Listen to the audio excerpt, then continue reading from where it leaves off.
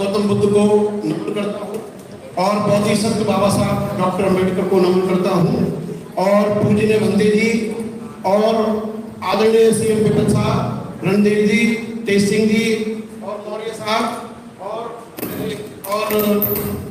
हमारे दोनों इंजीनियर साहब और मेरे धर्म बंधुओं, क्योंकि टाइम कम मिला इसलिए मैं बिल्कुल मैन मुद्दे पर आ जाता हूँ।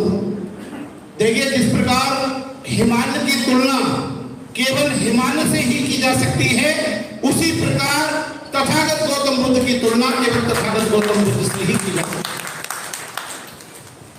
जिस प्रकार हिमालय से गिरने वाली किसी धारा को दुनिया की कोई भी ताकत समुद्र में मिलने से नहीं रोक सकती है, उसी प्रकार इस देश के दलितों को, अनुसूचित जाति के लोगों को दुनिया की कोई भी ताकत बौद्ध धर्म में आने से नहीं रोक सकती।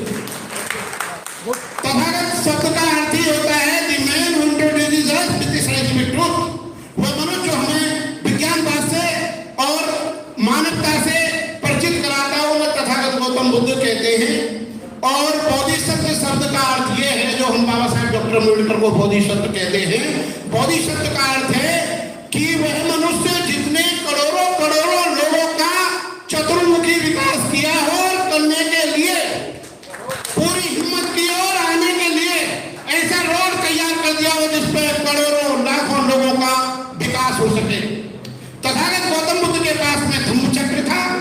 धम्मचक्र का मतलब धर्म को जो फैलाने वाली बात है, लेकिन बाबा साहब के हाथ में दो चीजें थी।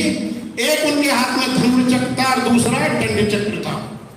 दंड चक्र से मेरा तात्पर्य prevention of the atrocities act से है, जो देश की छुआछूत को खत्म करने के लिए जो आदमी कानून का उल्लंघन करेगा, उस उल्लंघन करने वाले को सजा मिल सके, ये बाबा साहब का प्रावधान था।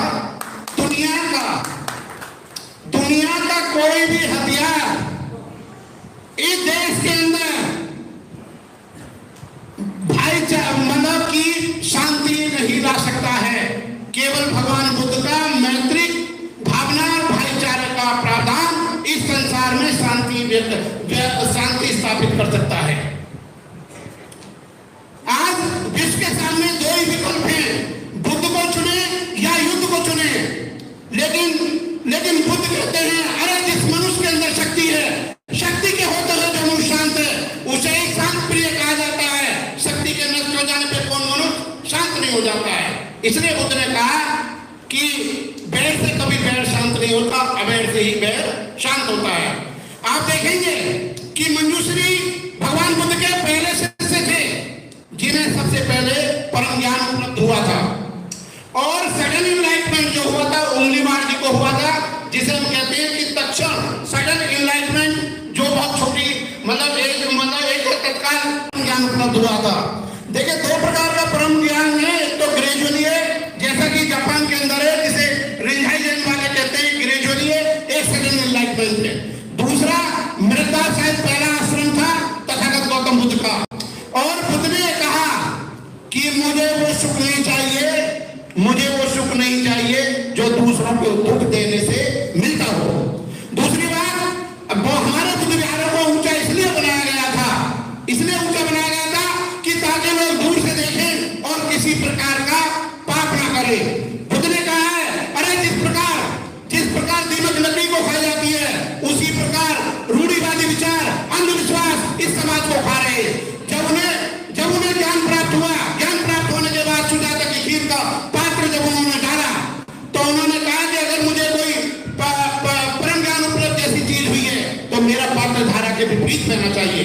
धारा के विपरीत रहने का अर्थ यह है कि एक साहित्यिक भाषा है, जो मुझे परम ज्ञान उपलब्ध जैसी चीज हुई है, वो ये संसार, इस देश के जो लोग हैं, जो अंधविश्वास में जी रहे हैं, रूढ़िवादी में जी रहे हैं, क्या वो मेरे समानता के सिद्धांत पर, मानवता के सिद्धांत पर क्या वो लोग चल पाएंगे? और पात्र धारा के विपरीत बहने लगा।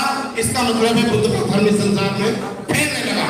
दूसरा सबसे महत्वपूर्ण याद, तथागत बुद्ध और धर्म कहते हैं, अगर आपने पाप किया है तो आपको पश्चाताप करना चाहिए। लेकिन बुद्ध कहते हैं, अगर आपने पाप किया है तो आपको कभी भी कोई पश्चाताप नहीं करना, लेकिन उस पाप की कभी भी आप पुनरावृत्ति नहीं करना।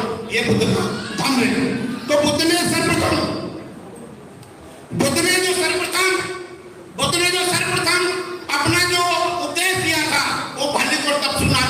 व्यक्तियों को दिया था, उनके बाद 5 भिक्षुओं को दिया था। मेरा समाज के लोगों से कहना यह है कि जब तथागत बुद्ध 2 आदमियों के लिए 5 आदमियों के बोल सकते हैं, तो आप तो सैकड़ों लोग हो, हम धर्म का प्रचार क्यों नहीं कर सकते? इस समय भारत की भूमि सबसे ज्यादा उपजाऊ है। वे लोग जिन पर सदियों से जुल्म, शिकम, अन्याय, अत्याचार किया गया है, ऐसे लोगों के लिए तथागत बुद्ध का धर्म एक औषधि के रूप में छोड़ा जा सकता है। इसलिए जापान के एक मंदिर में लिखा है, अगर मैं तुम्हें अपनी उंगली से चांद को दिखाता हूं, तो तुम चांद को देखो, मेरी उंगली को मत देखो। मैं मार्गदाता हूं, मैं मोक्षदाता नहीं हूं। इसलिए तथागत बुद्ध का धर्म एक वैज्ञानिक धर्म है, यह हमारे पूर्वजों का धर्म है। और ये धर्म का हमारा हमसे वही संबंध है जो शरीर का संबंध दिल की धड़कन से होता है। इसलिए मेरे साथियों, प्रचार होना चाहिए। और मैं बता दूं, प्रचार की शक्ति, फौज की शक्ति से ज्यादा शक्तिशाली होती है। अगर हम सब लोग ये निर्णय कर ले कि धर्म फैलाना है, तो कश्मीर से कन्याकुमारी तक दुनिया की कोई भी ताकत, हर आदमी बौद्ध धर्म होगा। और ये बौद्ध धर्म सबसे उत्तम है, दुनिया में इससे कोई भी बेहतरीन धर्म नहीं है। ये धर्म आत्मा में, परमात्मा में, ईश्वर में, पुनर्जन्म में या किसी भी आत्मा परमात्मा से कोई संबंध नहीं रखता है। और ईश्वर का विपरीत जो शब्द है वह बुद्ध है। इसलिए बुद्ध की संस्कृति श्रवण संस्कृति है, और श्रवण संस्कृति के 2 पार्ट, एक महावीर की संस्कृति है, दूसरी बुद्ध की संस्कृति है।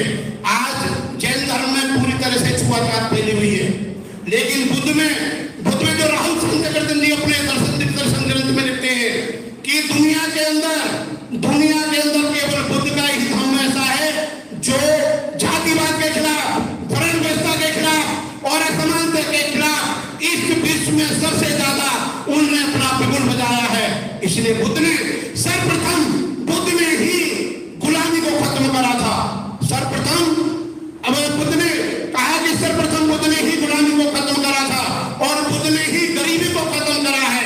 इसलिए मैं मार्टिन लूथर का उदाहरण आपको बताना चाहता हूं।